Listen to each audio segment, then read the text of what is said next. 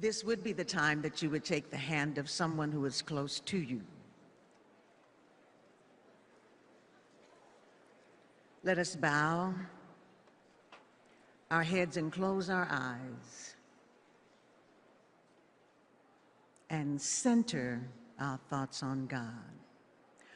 Merciful God, who has been our dwelling place for many generations, we invoke your presence to ask you to quicken our hearts, that we may be swift to hear the needs of others.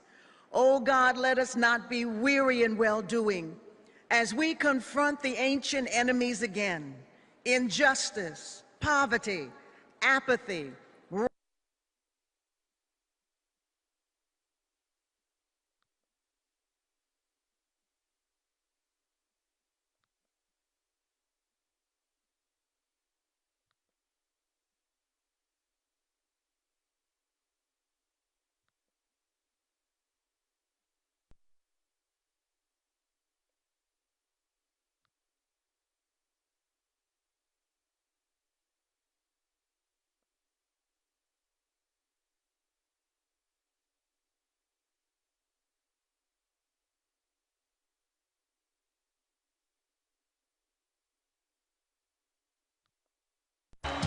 Please welcome former employees at companies controlled by Romney's Bain Capital, Randy Johnson, Cindy Hewitt, and David Foster.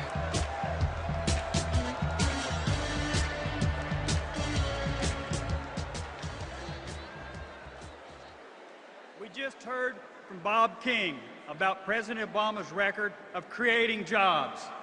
I want to tell you about Mitt Romney's record of cutting jobs. Mitt Romney once said, "I like being able to fire people." Well, I can tell you from personal experience, he does. On July 5th, 1994, Mitt Romney and his partners at Bain Capital fired me and more than 350 of my coworkers. It came without any warning. They rushed in the security guards to walk us out of our plant. We weren't even allowed to take our personal items. They handed us job applications and told us, if we want you, we'll let you know. Now, the truth is, some folks were hard back. Lower wages, fewer benefits, no retirement. But many others weren't. And 7 months later, they closed our plant for good. What affected me most was having guys the age I am now come to my desk and cry. Guys who had nothing to fall back on. I don't think Mitt Romney's a bad man. I don't fault him for the fact that some companies win and some companies lose. That's a fact of life. What I fault him for is making money without a moral compass. I fault him for putting profits before people like me. But that's just Romney economics. America cannot afford Romney economics. Mitt Romney will stick it to working people. Barack Obama sticking up for working people. It's simple as that. That's why I'm supporting him for a second term as president.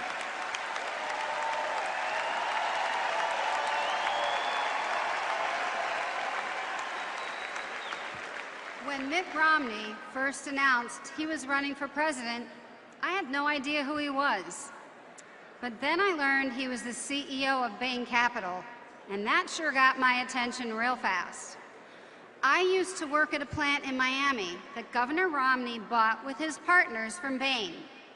I say used to because not long after they bought it, Romney and his partners shut our plant down and ultimately drove our company into bankruptcy.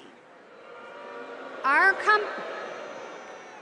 company, Dade Bearing, was a big part of our community. There were folks who'd been at the plant for 15 to 20 years. But by the time Romney and his partners were done with us, we'd lost 850 jobs in Florida. It was a really difficult time for me and for my coworkers, but not for Governor Romney and his partners. While we watched our jobs disappear, they ultimately walked away with more than $240 million. Of course, I understand. Some companies are successful, others are not. That's the way our economy works.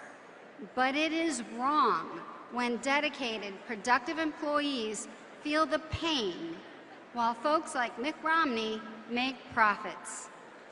So, when Mitt Romney talks about his business experience, remember, it is not experience creating good-paying jobs. It is experience cutting jobs. It is experience shutting plants.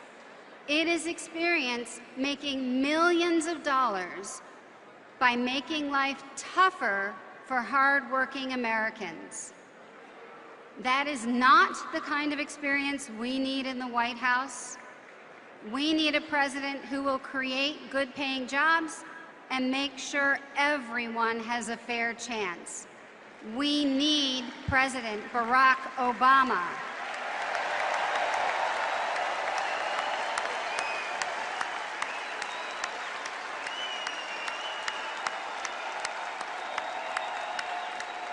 Good evening.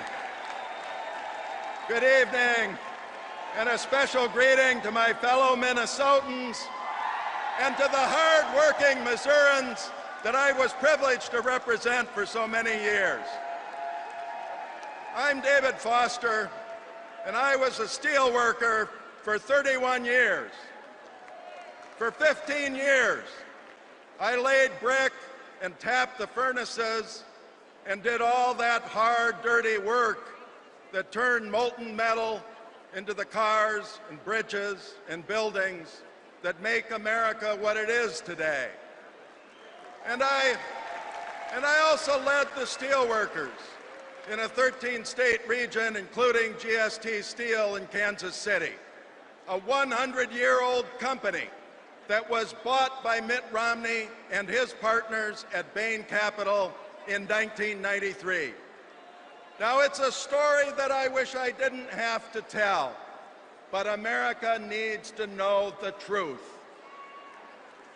When Romney and Bain took over the mill, they loaded it up with millions in debt, and within months, they used some of that borrowed money to pay themselves millions. Within a decade, the debt kept growing and was so large the company was forced into bankruptcy. They fired 750 steel workers while they pocketed $12 million in profits. A steel worker at GST would have had to work 240 years to make $12 million. So in 2001, with GST bankrupt and Romney still CEO of Bain, I had to stand in a rented auditorium in front of hundreds of steel workers in their 50s and 60s, retirees and widows in their 70s and 80s, and tell them Romney and Bain had broken their promises.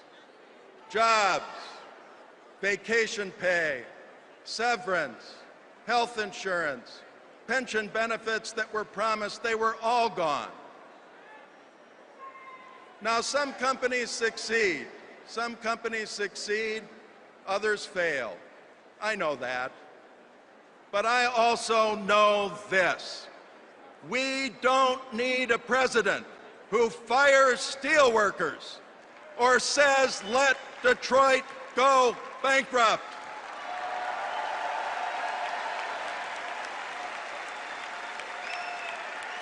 We need the leadership. We need the leadership of a man who, during the darkest hours for America's auto industry, rolled up his sleeves, risked his presidency, and saved over 1 million good auto jobs. We need Barack Obama. Thank you.